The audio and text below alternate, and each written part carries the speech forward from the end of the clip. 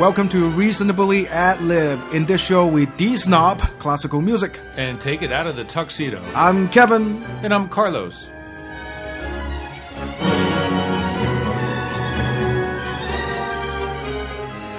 Hey everyone, welcome to the second taping of Reasonably Ad Lib. In this show, we aim at de-snobbing classical music. With me again is Carlos Alden. Hey.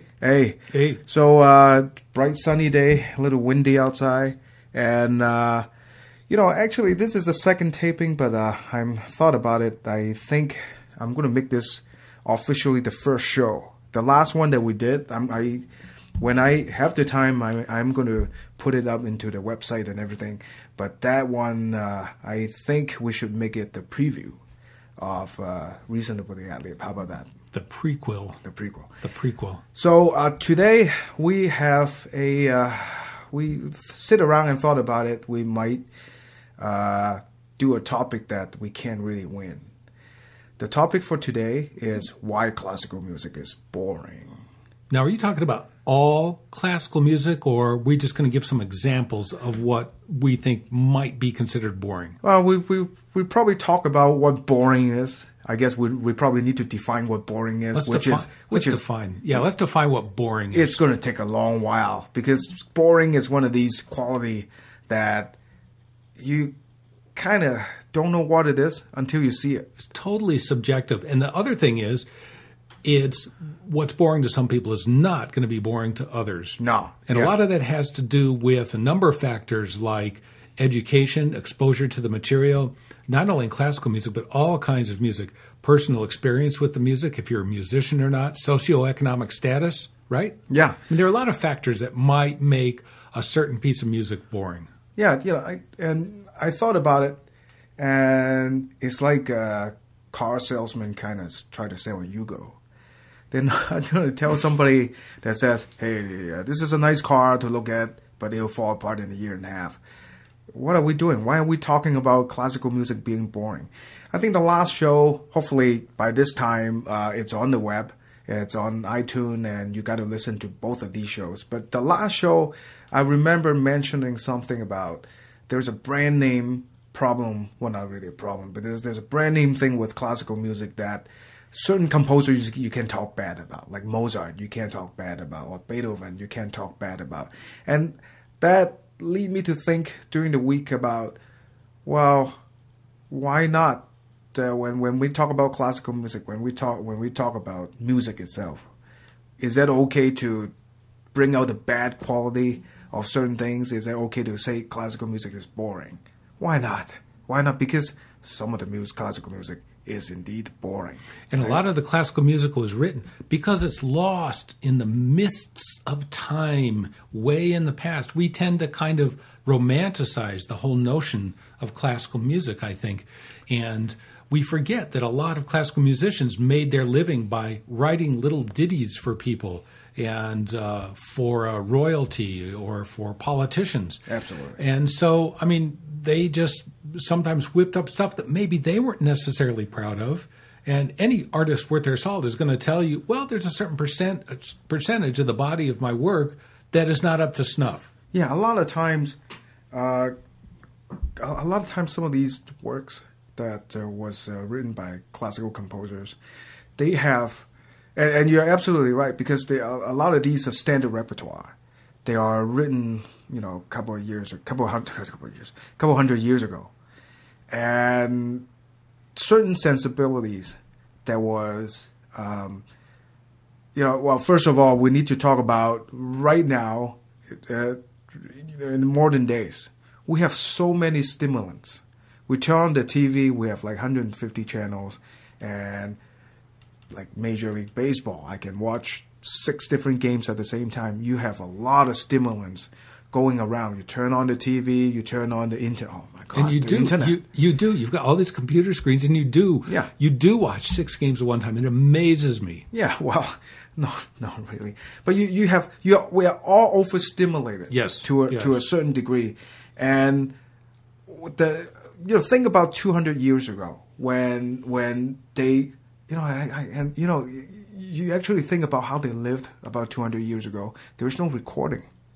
The only way you can listen to music is you either go to a concert, or I don't even know what you do. When you go to a concert, I mean, if it is not made, the music is not made live, how do you listen to music? I mean, there's no recording, there's no iPod. I mean, there's not even a turntable back then. I think a lot of people made music themselves, and there were it was more acceptable to have many levels of music making.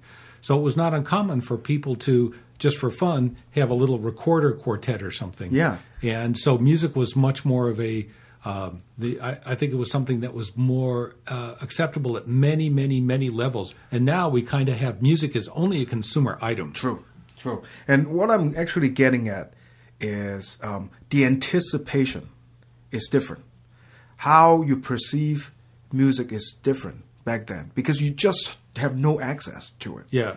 You know, like when you're just sitting like in the middle of the day, like right now, you're sitting around, there's no access. If you want to listen to, say, a Tchaikovsky symphony, even if you know about that kind of stuff, right? The expectation is different. And simply because of the, I'm going circles here, but simply because of the access, how you think of that piece of music is different. So when we play a piece of music right now, okay, let's play a musical example. This is one of the symphony, and I don't know why, that when I need to go to sleep, I listen to this. This is Sibelius, Symphony number 4. This is only the first movement, and I'm going to slowly bring it up, and right here.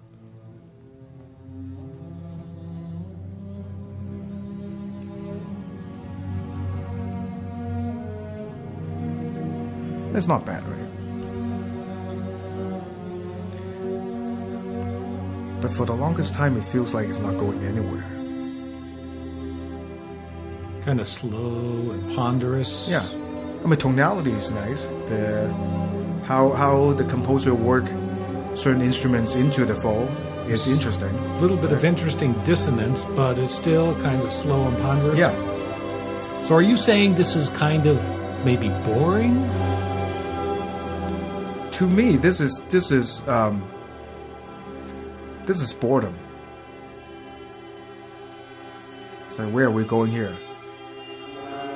Oh, there's something different. So it takes maybe some familiarity with the piece, maybe some study or some exposure to it over several listenings, so that you can then begin to get a wider context as to where something might be going. But upon the first or second listening, it just kind of feels like blah, blah, blah, blah. And the crazy thing about, the whole boredom thing is, it really depends on what is already in your mind.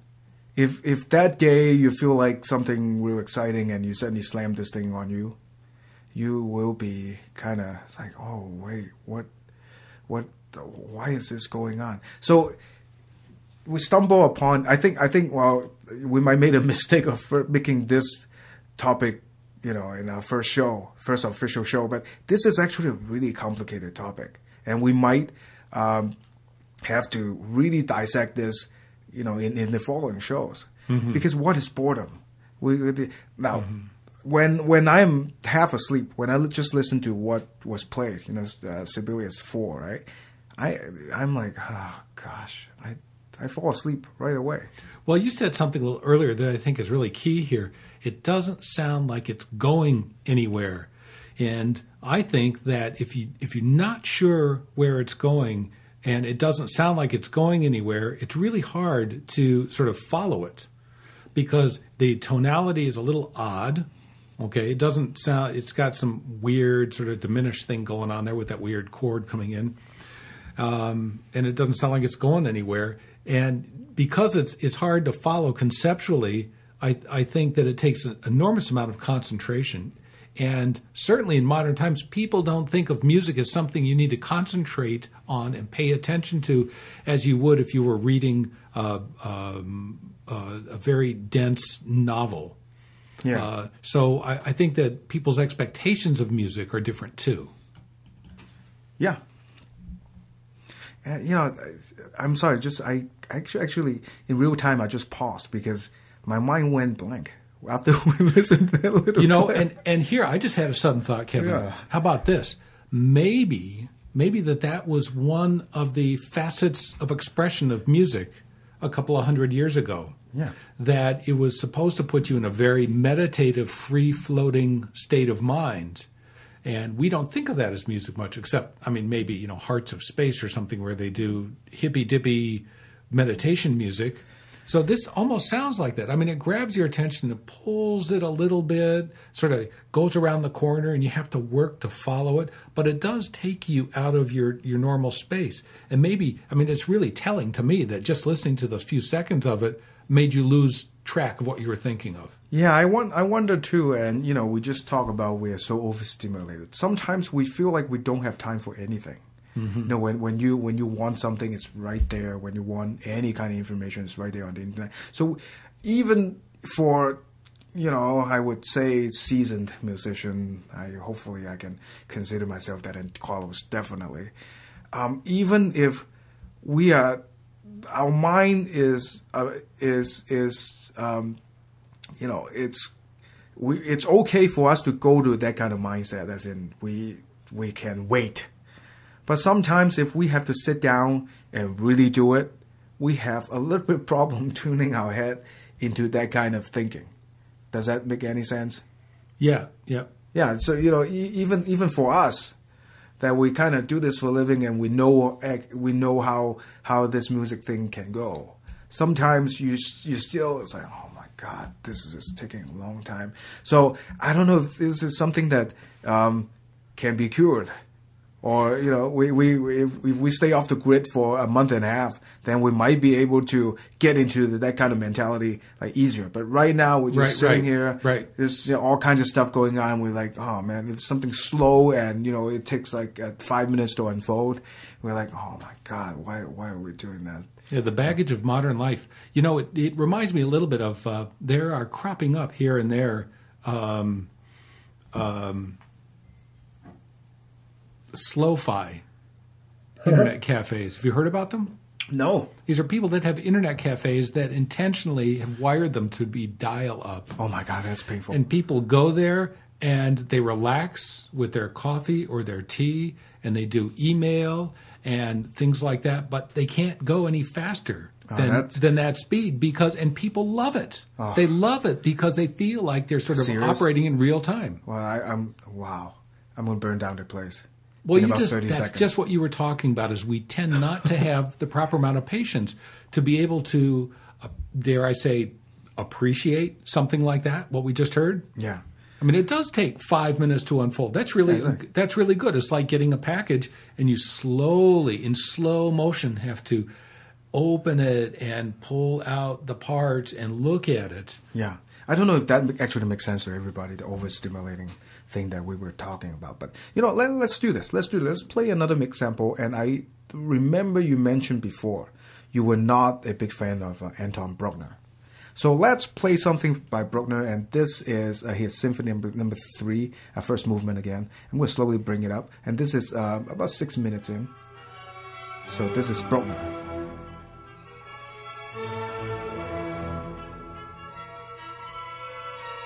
A lot of moving parts, actually.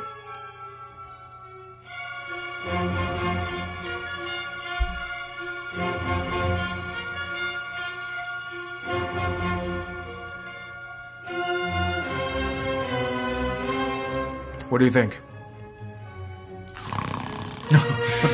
No, I'm kidding. Well, here's what I'm thinking. I'm sort of analyzing it cerebrally. Yeah. I'm thinking about, okay, he did the da da da da da da. Then he went da da da da. He did the same thing, but it was a triplet the second time through. It's almost like an exercise in, okay, class, I'm going to show you how to do variations on a few themes. Yeah, very academic in a way. Very academic. Yeah, I don't feel a lot of emotion. Well, let's listen to it even more.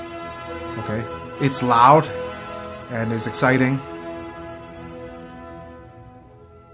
Let's quiet down. Another theme coming in. See, it just seems to drift from theme to theme. I feel like a good editor could go in and take out 70% of it, and it would sound a lot better. He does. Bruckner did do a lot of rewriting of his symphonies. So to say there are, this is Symphony number 3. There are different versions out there that he did that sounds very different between versions. So that could be it. But yeah, just sometimes I think what make a piece of music boring is a lot of times it seems to be very disjointed. The different sections, the development.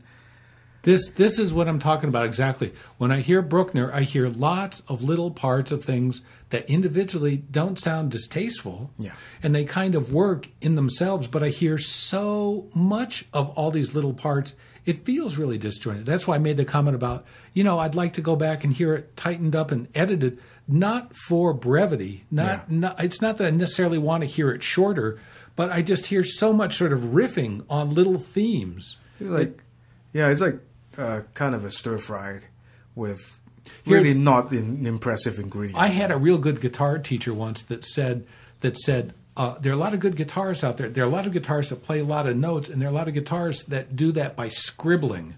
They just sort of run scales and chord patterns and arpeggios because they can kind of launch into them with their left hand and go, like a lot of modern rock and roll guitar. We call it whittly wee playing. Whittly whittly wee, whittly wee, whittly wee. It's a lot of scribbling, a lot of fooling around with stuff that kind of sounds good, but when you hear it, X number of times, it becomes wallpaper. You don't hear it anymore because there's not musical meat there. Yeah. I kind of hear slow motion orchestral scribbling with Bruckner. I hear a lot of stuff that it just feels unfocused. Yeah, let's bring it up some more. Let's play. Let's go down the road. This is about. I mean, well, that too. I guess if people want to say, "What are you guys doing?" Well, yes, we are kind of, here and there playing music examples that. Yeah, of course it's going to sound like nothing because you guys play a minute and a half here. We're taking it out of context. Yeah, it is.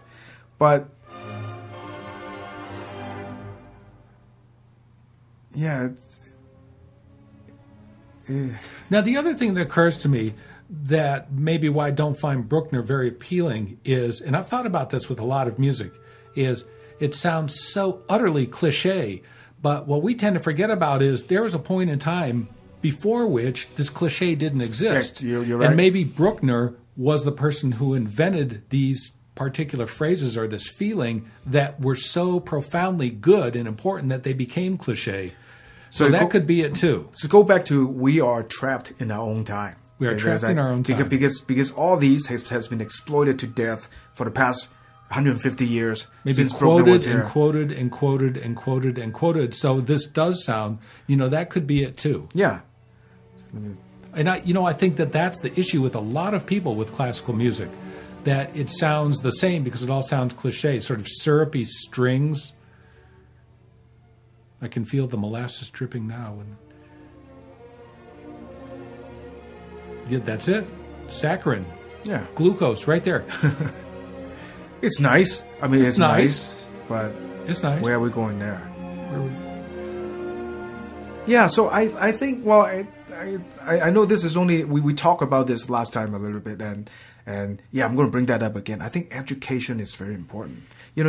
Yes, if you just slam this on somebody who has no exposure before, and it's not their fault because it's just the way it is, right? You have no exposure to this kind of music, and you slam this on them, just have them just sit down and listen to this, for 15 minutes. Of course, they're not going to really. This doesn't do anything for them. So I think at the end, it's really important to educate and not. I mean, I'm trying to say this word without giving the impression that it's from the top down. I'm going to educate you, but you need to share certain information. Well, anything worthwhile is good. I studied art in New York City, and there's a lot of really good modern art that to people that have not been exposed to it and don't know the history of where it came from or what the artist was trying to convey, to them it looks like, well, my 3-year-old dog could do that and do it better, which is a common response to a lot of modern art. But when you really understand what they're doing and you spend a lot of time looking at it and thinking about it and being given little guiding hints as to what the artist might have been doing, it becomes really profound and a source of and a great source, a real good source for all kinds of stuff, for all kinds of spiritual awakenings, Yep. for all kinds of philosophical ideas popping up, for some things about, I never thought of that color like that. Yeah. Which is what it's about, exactly. And I think that's what you're saying, too. You're not sort of like dictating, well, you need to be educated. What I hear you saying is there's a lot here that if you don't know about it, you won't get what they're saying. And there's a lot of higher art forms that are worth exploring and worth being educated about because they give you so much. Yeah, like a lot of other things in life, too. I mean, it's classical music a lot of times. People think of it as, well, this is high art and this is on a higher plane, but it really is. It is a human endeavor, and it is. If it's not something that it's really hard to attain.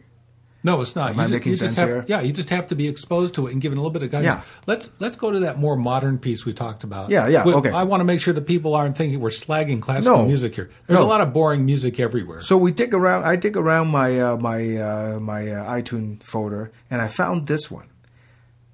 Check this out.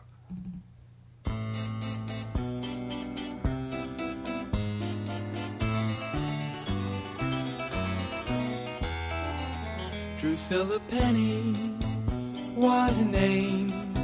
This was in your iTunes folder? Yeah, this is in my iTunes folder. Aren't you embarrassed to say this was in your iTunes? I don't know. It's on an album. I load everything in there, right? This is a. I can't say this correctly. Can you say this name? Drusilla Penny by Carpenters.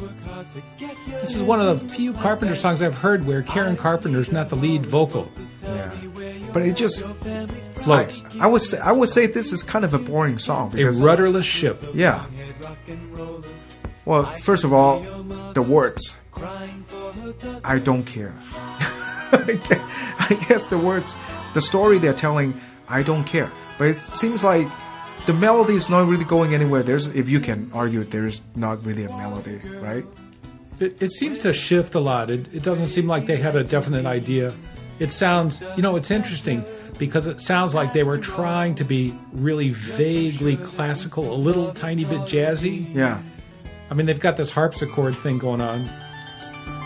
Maybe they're trying to copy the Beatles, when the Beatles were doing. Well, this is. I kind of know what they're going at because with the electronic harpsichord and stuff, and then the little circle of fifth. Yeah. Do we call that the bridge or something? That yeah. Little transition thing. Yeah. I think they're going a little bit Bach-ish or Baroque here, but it just. Swingle singers. See, you know what I mean when I say at the very beginning of this, I'm like boredom is really hard to define because right now I can't. Can you actually define this? Why this kind of sucks? It's hard to say, right? It's hard to say. Well, first of all, now there's an objective term for it. So, well, first of all, are we being boring here? So, no, yeah. Well, I mean, as we've talked about, any kind of music, any genre of music can have real success stories and a lot of boring stuff. Yeah. And you can't have every song ever written, every symphony ever written be the best of the best, even regardless of the name brand, as you've pointed out. You can't say everything Mozart did. Even when he got drunk and threw up, people just say, oh, that vomit is wonderful stuff.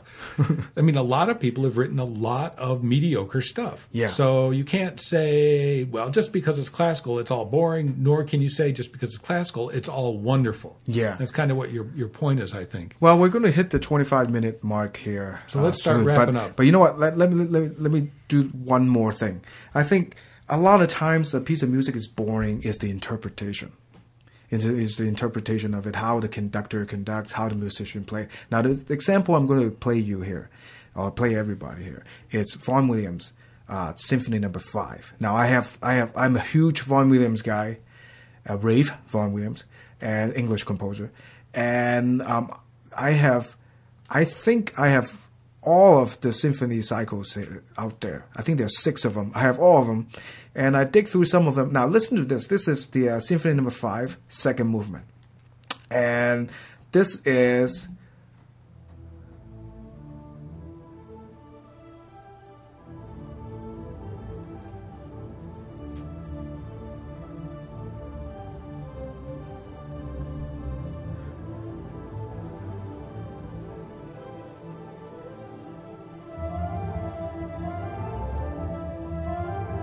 Okay, I want you to pay attention here.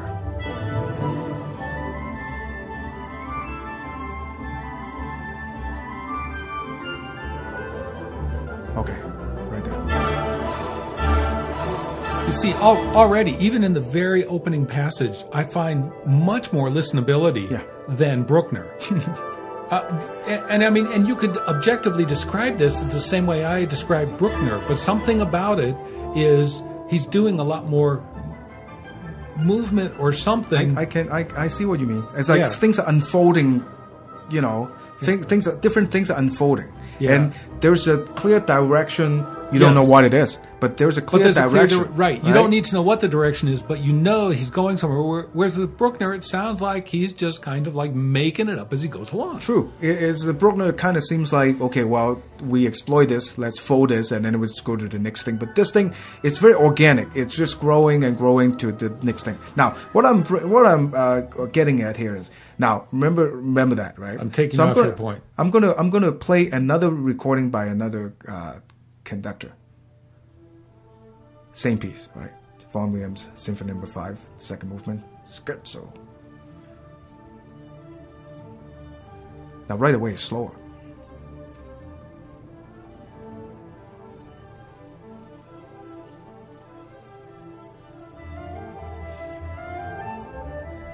Now, this recording is slower, right? But I don't think that is it.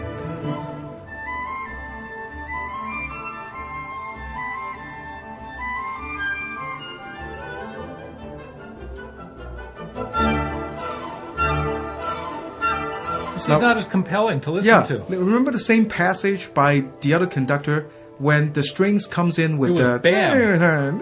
It just slammed you in the face, right? Yeah, this is more measured. This is a lot more subtle and nuanced. Yeah, and I like personally, I like the first one better. Yeah, and you know, you listen to that thing just happened. What, the horn on the background? I think on the other recording, the horn kind of. There's more energy in how the horn player actually comes in and slam that in everybody's face. Even though it's background stuff, right? It's still it's a lot more interesting, right? On the other way. So I think a lot of times when a piece of classical music somebody says, well, that's kind of boring. I think a lot of times has to do with it is now the music itself. There's nothing wrong with the music itself. But the interpretation, the performance is the problem. This is bringing up another issue for me, and we'll continue it next time because we need to wrap up here in a few minutes. Yeah, this happened now. But the other thing I'm thinking of is also the times you've been to a symphony hall and the music just feels out there and mushy and everything else, and it's the hall's fault. Yeah. It's not the interpretation. It's not the performance of the musicians. It's not the conductor. It is not the composer. It is not the quality of the violins that are being played or anything like that. It's just that there's mush, and yet you hear the same piece in other halls, and everything is focused and detailed.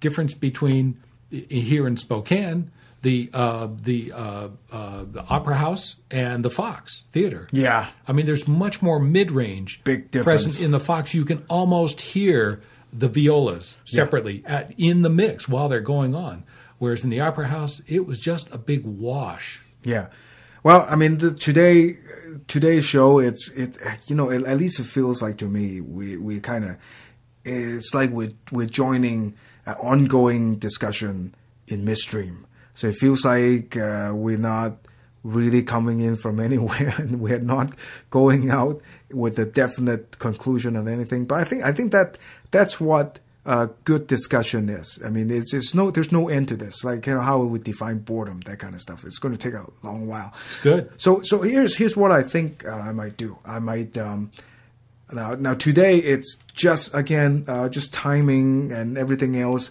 I couldn't get any of our panelists on. Nobody is available at this time. But here's what I might do. I might over the next couple of days, I might talk to them separately and see if they have any ideas to throw in. I'm going to edit if I can get anybody.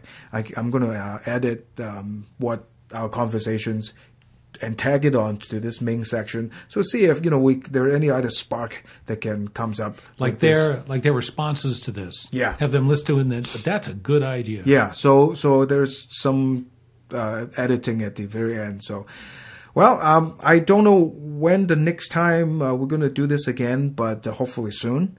And we might actually spend a little bit of time on this boredom thing, but this is a pair of topics. The next topic, big topic we're going to tackle is why is classical music exciting?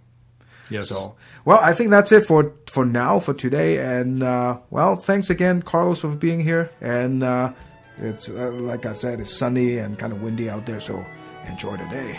Yep, you bet. Talk to you later. Next time.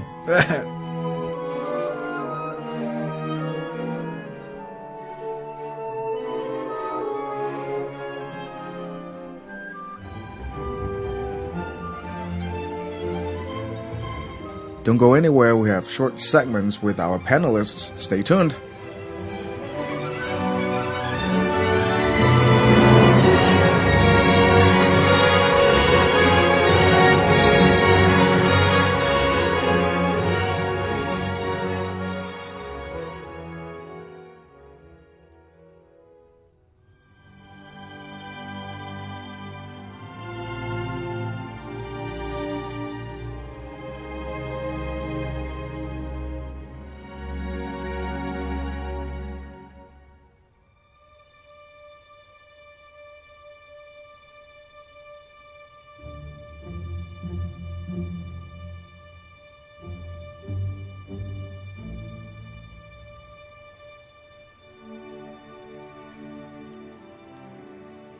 Okay, we're back.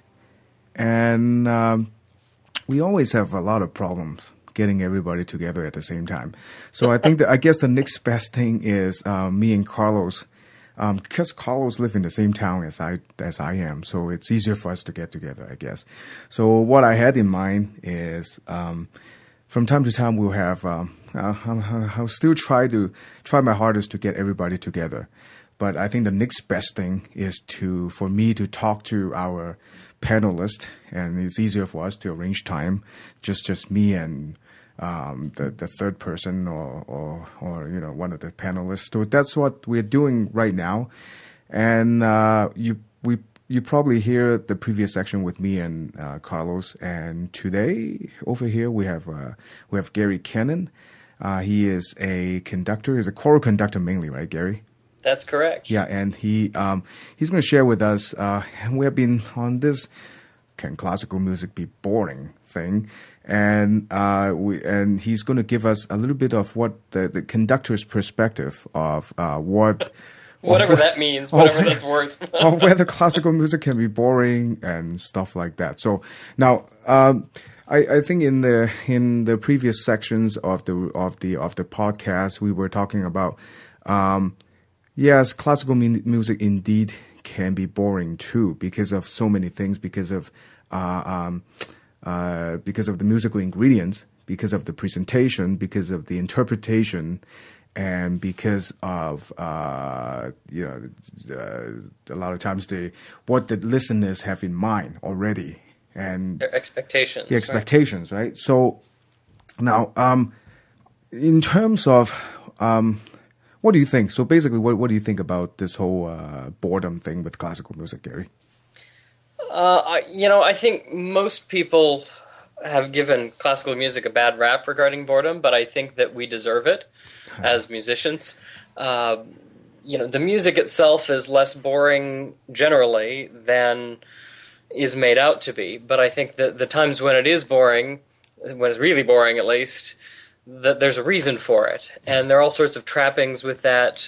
The nature of the concert situation, you have to go, you have to dress a certain way, you have to be silent at certain times and not at other times. Yeah. There are so many rules that it stultifies kind of the individual response to it. Right, you're right, because I guess what you're saying is, a lot of times the decorum of going to a classical music concert really is the killer. It's a mood killer. Exactly, because we're so serious as classical musicians. Up there wearing tuxes for crying out loud. I totally agree, because now as performers, right? I guess we do have to dress up for the performance. But a lot of times when we actually go to concert and listen to our friends or listening to just a concert, a lot of times the dressing up part And all the you have to be really quiet. And it's like basically it's almost like you're watching golf. You have to do this, and you have to behave a certain way. And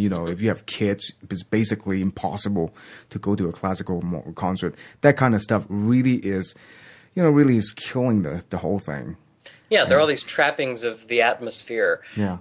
I'm even of the opinion that the whole tradition to not clap between movement breaks, or that there are specific times you can clap or express appreciation, or more the opposite of appreciation. Yeah, we talk about that. Go ahead. That just puts another stricture on the concert experience. Yeah, we talk a little bit about that in the first ever taping of it. It's the not clapping during movement thing, in between movement thing, really is there's no written rule on that, right? That was what Wagner decreed, and he since he gained supremacy 130, 40 years ago, that's now what is done. Yeah. So nobody.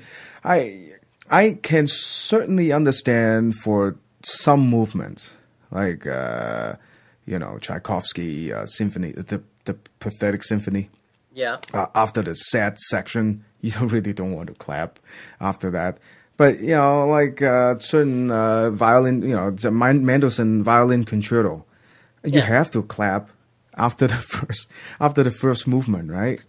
Or just about any Mahler symphony will have these huge huge movements, and which are symphonies unto themselves, really, like the Third Symphony. Yeah. And yet there's this rigid silence after a grand jubilant finale. I don't know. It seems the response can be incongruous to the music.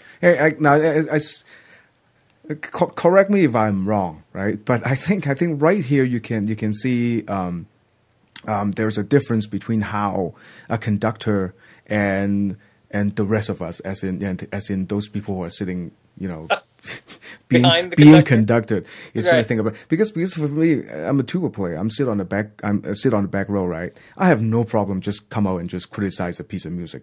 Yeah, sure. But conductor, I guess you have to be nice to people all the time. Well, right? I'm a diplomat at heart. Yeah, you're a conductor. So, that sounds awful. You're a conductor. Well, let me ask you this. So, a lot of situations. The conductor of a group. So for you, it would probably be a choral company, right? Or maybe I direct 3 different community choirs here in the Seattle area. So you are most of the time you're also the musical director. For all 3 of those, yes. So you actually have a big say, or you have a total say in terms of what you will perform for that season or for a particular concert. Right, in the choral world, usually the conductor kind of reigns supreme. I like to actually involve my board a little in the programming decisions. Before I've made final decisions, I might let my board know what I have in mind, and so I get feedback from them about things they like or don't like about the programming, so I can tweak it accordingly until we get to the final version of the program. Great. But basically, if I don't want to do it, it's not going to be done. Great. Well, you know what? I hope nobody minds that I go into this little tangent here, right? So the thing I'm always interested in is, as a conductor, as a musical director, do you mind, or do you actively seek the input of your singers or the participants of your choir to what you're going to play for the next season, or sing the next season, that sort of stuff? Do you know what I mean? Sure, yeah. Well, I just indicated one response way in which I let the board, who are usually singers themselves, have some input. I find that, here's the diplomat in me coming out. Go ahead. I find that singers are very forthright about their opinions of what they want to do, what they want to sing. There are some singers in all of my groups who constantly give me these recommendations. Why haven't we done such and such a piece, or so-and-so the composer? Yeah. And and I like getting that input. That doesn't mean I will be able to even respond positively to every suggestion that I get. If I programmed only the pieces that people suggested to me, then there'd be no coherence to the programs. Yeah, true. Yeah, I understand what you're talking. That I play in orchestra, obviously, and band. Not so much band, but orchestra. And I think that I don't know if you have this same thing with choir going on. Because I'm a low brass player, and if the orchestra or the conductor or musical director ask us to fill a form that what do we want to play in the next 2 seasons, us low brass players would tend to pick the pieces. Well, first of all, pick the pieces with low brass in it. And tuba concertos, trombone concertos. No. I mean, if you toss it to string players, right? They will be like Mozart and Beethoven, and there will be no low brass, so you don't have to show up.